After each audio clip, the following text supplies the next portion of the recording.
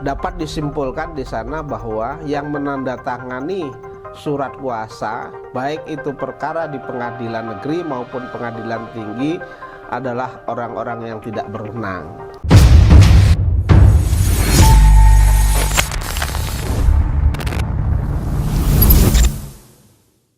Bismillahirrahmanirrahim. Assalamualaikum warahmatullahi wabarakatuh. Kembali lagi di channel kami Cahaya Islam.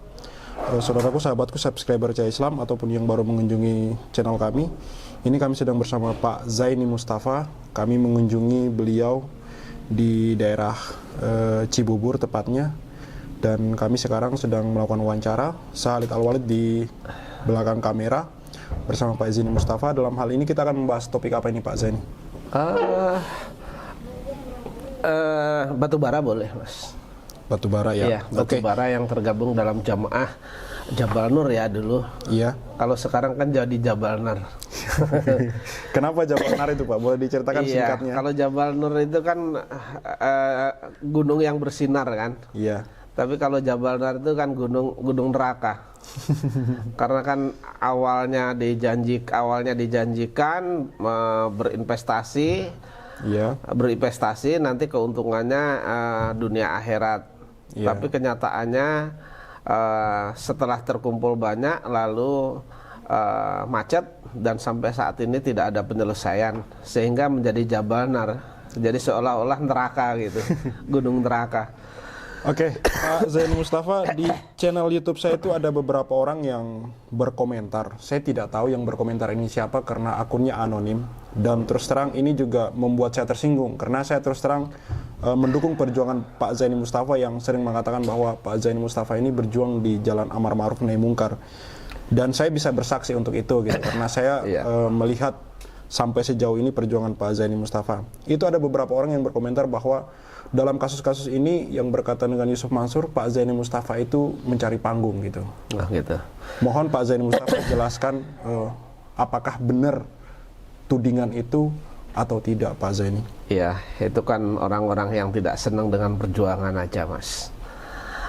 Karena berkaitan dengan hal ini, ya tentu kalau perjuangan itu ada yang senang, ada yang tidak. Kalau mereka yang tidak senang, lalu mereka tidak terbohongi, mengalami kerugian, itu tentu mereka mengatakan bahwa ini cari panggung. Padahal sebenarnya tidak ada cari panggung, Mas. Kenapa saya katakan tidak ada cari panggung? Karena saya sendiri itu kan berprofesi sebagai lawyer. Di samping menangani perkara-perkara yang berkaitan dengan Yusuf Mansur, yang notabene hampir semua yang berkaitan dengan Yusuf Mansur itu kan orang yang merasa dirugikan, Mas. Iya. Orang yang dirugikan begitu. Iya. Dan ini orang-orang yang dirugikan itu hampir seluruhnya saya tangani secara periodeo gitu, Mas. Jadi artinya tanpa bayaran begitu ya. Kalau saya cari panggung di mana gitu.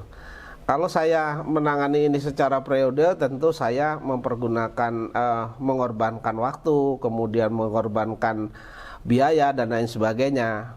Jadi menurut saya tudingan itu adalah tudingan yang salah, bukan yang salah begitu ya. Yeah. Karena saya sendiri kan juga punya penghasilan dari pengacara ini, kan saya menangani perkara-perkara yang lain itu dibayar secara profesional begitu. Artinya bisa menopang kehidupan keluarga saya begitu.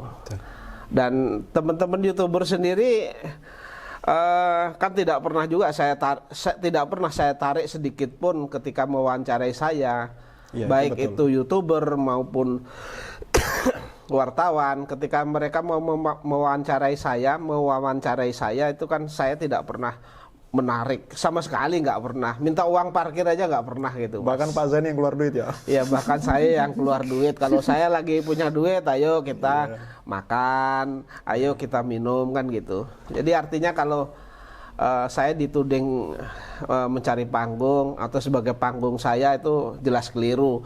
Itu orang-orang yang tidak senang dengan perjuangan untuk menghentikan kemungkaran begitu, Mas. Sementara saya memang amal ma'ruf nahi mungkar gitu loh. Kalau ada orang yang mengatakan itu ya mereka nggak seneng dengan kita mencegah kemungkaran begitu, Mas. Saya sepakat dengan apa yang disampaikan Pak Zaini Mustafa karena beberapa kali juga sudah saya suarakan ini, dan dugaan terbesar saya bahwa ini adalah orang-orang yang tidak ingin kita berada di jalan ini, Pak. Ini adalah orang-orang yang ingin mematahkan semangat-semangat dari para pejuang-pejuang ini gitu loh, Pak. Iya. Mungkin lanjut saja ke topik inti Pak Zaini Mustafa. Seperti tadi yang kita bincang-bincang di sebelum ini direkod, katanya Pak Zaini ingin mengungkapkan beberapa hal termasuk sebuah dokumen yang ditandatangani oleh orang yang tidak berwenang. Itu seperti apa Pak Zaini Mustafa? Iya, begini. Jadi kronologis ceritanya adalah sebenarnya berawal dari perkara saya, perkara nomor 28 garis miring PDT titik G garis miring 2022 garis miring PN titik JK JKT Sel ya, Jakarta Selatan. Boleh ditunjukin mungkin kalau dokumen Pak Zaini? Putusan ya, bentuknya putusan. Jadi terekap dalam putusan ini ya. Ini putusannya nomor 28 ini. Oke. Ya, nomor 28. Kemudian ini nomor 857. Ya. Berawal dari perkara saya yang nomor 28 itu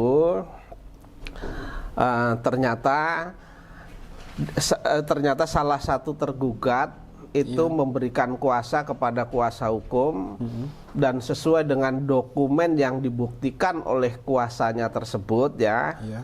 Terus kemudian ada juga surat yang saya dapat terakhir masih di bulan Januari 2024. Dapat disimpulkan di sana bahwa yang menandatangani surat kuasa, baik itu perkara di pengadilan negeri maupun pengadilan tinggi, adalah orang-orang yang tidak berwenang. Boleh saya sebutkan bahwa yang menandatangani surat kuasa itu berinisial dengan CD, kemudian RYS, ya. Nah, di dalam dokumen pendirian tergugat ya, pendirian tergugat Koperasi BMT Darussalam itu CD ini hanya berkedudukan sebagai wakil ketua, ya kan? Sementara ketuanya adalah IP, kemudian sekretarisnya adalah EPH. Nah, kemudian di dalam perkara saya ini yang tanda tangan baik pengadilan negeri maupun pengadilan tinggi adalah saudara CD dan RYS tersebut. Sehingga sesuai dengan ketentuan hukum orang tersebut tidak berwenang untuk menandatangani surat kuasa tersebut. Secara hukum sebenarnya harusnya tidak dipertimbangkan apapun yang diajukan oleh kuasa hukum ini karena surat kuasanya tidak sah begitu, Mas. Iya. Boleh saya tunjukkan bahwa boleh saya tunjukkan ini bahwa saya mendapat surat dari kementerian ya, dari Menteri Koperasi ini. Ini surat dari Menteri Koperasi dan UKM Republik Indonesia. Ini jelas menyatakan kalau putusannya itu kan masih diputus di tahun putusan pertama pengadilan negeri itu diputus masih di tahun 2023. Kemudian di 2023 juga putusan pengadilan itu diputus juga, pengadilan tinggi ya. Baik pengadilan negeri maupun pengadilan tinggi, perkara saya itu kan terdaftar di tahun 2022, tetapi putusan pengadilan negeri dan pengadilan tinggi itu diputus masih dalam tahun 2023. Sementara saya dapat surat ini masih Januari, Mas. Januari 2024. Masih baru ya Pak ya? Masih baru. Artinya sesuai dengan keterangan surat ini bahwa yang menjadi organ atau pengurus dari Koperasi Darussalam Madani sebagai tergugat itu adalah masih saya katakan tadi ketuanya IP, sekretarisnya IPH. Jadi CD itu hanya sebagai wakil ketua. Sementara di dalam surat kuasa baik pengadilan negeri maupun pengadilan tinggi dia mengatasnamakan dirinya sebagai ketua. Oh, itu udah menyalahi ya, Pak? Ya. Karena dia tidak berwenang ya. Tidak berwenang. Tapi Kemudian justru dia yang tanda tangani ya. Iya. Kemudian ditandatangani juga oleh sekretarisnya yang bernama RYS. Sementara RYS sesuai dengan alat bukti mereka, kemudian surat dari ini RYS tidak tercantum sebagai apa-apa.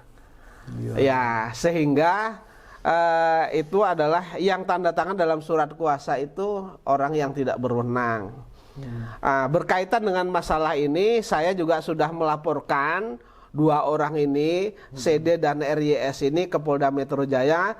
Kita tunggu prosesnya di sana dan akan saya kawal terus, tidak saya kasih kendor. Oke, saya pengen menggali lebih dalam, mungkin biar penonton juga paham kasus ini. Pak Zain Mustafa kan di sini sebagai investor dan juga lawyer ya Pak ya, Iya, untuk betul. kasus Pak Zain ini. Mungkin bisa lebih dijelaskan lagi maksud dari tanda tangan itu dan kenapa itu menjadi tidak sah, sebabnya kemudian apa, dan itu untuk apakah itu masuk di pengadilan Tangerang kemarin atau sampai yang ke tingkat banding kemarin Pak Zain? Saya luruskan. Ya. Cahaya Islam mungkin memberitakan selama ini Pengadilan Negeri Tangerang. Iya. Yang benar itu Pengadilan Negeri Jakarta Selatan. Oke, iya. Ya, ini kita luruskan ya video-video yang sebelumnya.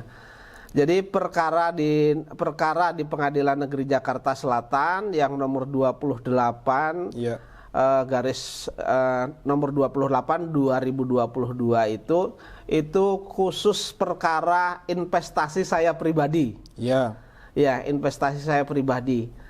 Saya maju sendiri dalam perkara tersebut tidak menggunakan jasa lawyer karena saya berpandangan atau berpendapat saya lebih tahu ketimbang saya memberikan kuasa kepada pihak lain. Begitu. Terus kemudian mengapa itu cacat? Orang yang mengapa itu surat kuasa yang digunakan oleh BMT Darussalam itu cacat hukum menurut saya atau tidak sah? Karena kan 2 orang ini yang faktanya sesuai dengan bukti yang ada sama saya bahwa CD itu kan bukan ketua. Kemudian RYS ini kan bukan sekretaris. Lalu dia menandatangani. Tentu ini tidak sah begitu. Kalau ini surat kuasanya tidak sah kepada pengacaranya, ya kan? Tidak sah surat kuasanya, lalu pengacara itu mempergunakan untuk berperkara, baik itu di pengadilan negeri maupun pengadilan tinggi, tentu tidak sah apa yang dilakukan. Karena napasnya lawyer atau kuasa hukum itu berdasarkan surat kuasa. Yang memberikan kuasa harus memang orang-orang yang kompeten, orang-orang yang seharusnya memberikan kuasa begitu. Ketika diberikan oleh orang yang tidak tercantum di dalam akte tersebut, hanya mengaku-ngaku saja, ini tentu tidak sah begitu. Oke. Iya. Berarti ini nanti arahnya kemana Pak setelah kita ketahui bahwa ini tidak sah? Jadi arahnya begini, arahnya satu ini sebagai alat bukti saya nanti ketika putusan kasasi itu nanti mengalahkan saya. Ini kan bisa menjadi novum baru atau bukti baru. Kalau bahasa hukumnya itu novum, tapi bahasa masyarakat biasanya adalah bukti baru. Untuk mengajukan bahwa apa yang dilakukan oleh kuasa hukum BMT Darussalam itu tidak sah. Sehingga tidak perlu dipertimbangkan apa yang dilakukan A sampai Z begitu. Terus yang kedua, dengan adanya orang yang tidak berwenang kemudian menandatangani, kemudian mempergunakan itu ke pengadilan, seperti saya katakan tadi, saya sudah melaporkan 2 orang tersebut, baik CD maupun RYS tersebut. Ini alat buktinya. Bukti laporan, Mas, begitu. Oke. Ya, kita tunggu. Insya Allah insya Allah dengan adanya temuan-temuan ini di samping gugatan perdatanya juga akan membuahkan hasil yang bagus, juga akan menjerat orang-orang yang mempergunakan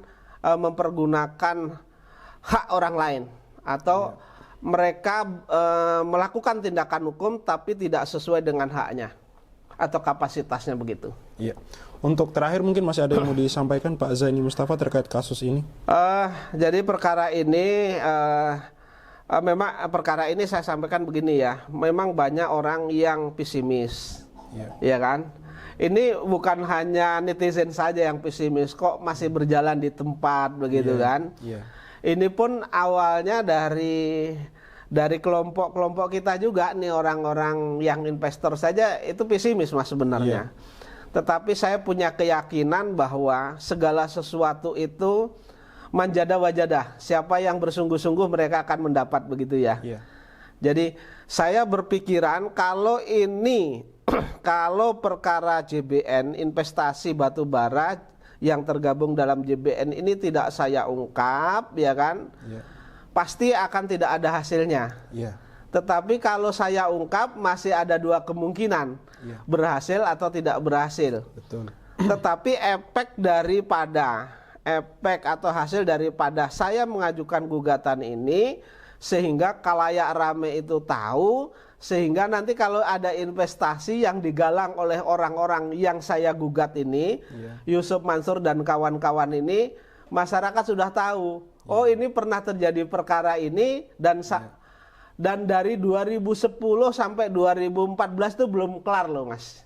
Iya kan?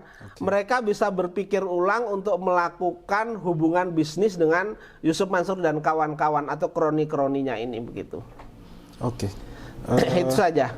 Saya kira saya mencegah mas. Artinya mencegah mudorot yang akan datang begitu. Dengan adanya gugatan ini, mudorot yang akan datang kepada umat-umat berikutnya yang diajak melakukan bisnis dengan Yusuf Mansur dan kawan-kawan ini, jangan sampai mereka tertipu. Kalau mereka terpaksa, katakanlah mereka terpaksa harus bisnis dengan Yusuf Mansur dan kawan-kawan, tolong dokumentasi hukumnya dibenerin. Tapi kalau menurut saya lebih bagus nggak usah, kan masih banyak bisnis yang lain. Jangan berkaitan sama Yusuf Mansur. Hampir semua yang mengadu kepada saya itu orang-orang yang berinvestasi itu hampir semuanya bermasalah mas begitu. Iya. Baik Pak Zaini Mustafa, terima kasih banyak untuk waktu dan kesempatannya untuk sesi ini. Kita akan lanjut di sesi berikutnya ya Pak Zaini Mustafa dalam hari ini. Untuk itu terima kasih kepada teman-teman. Sebelum menutup video ini saya juga ikut menegaskan, meralat bahwa selama ini saya menyebutnya Pengadilan Negeri Tangerang ya, dan ternyata itu Pengadilan Negeri Jakarta Selatan ya Pak Zaini Mustafa. Ya. Itu tidak lebih dan tidak kurang adalah kesalahan kami sebagai admin dan pengelola dari channel YouTube Cahaya Islam. Wabillahi taufiq wal hidayah. Wassalamualaikum warahmatullahi wabarakatuh.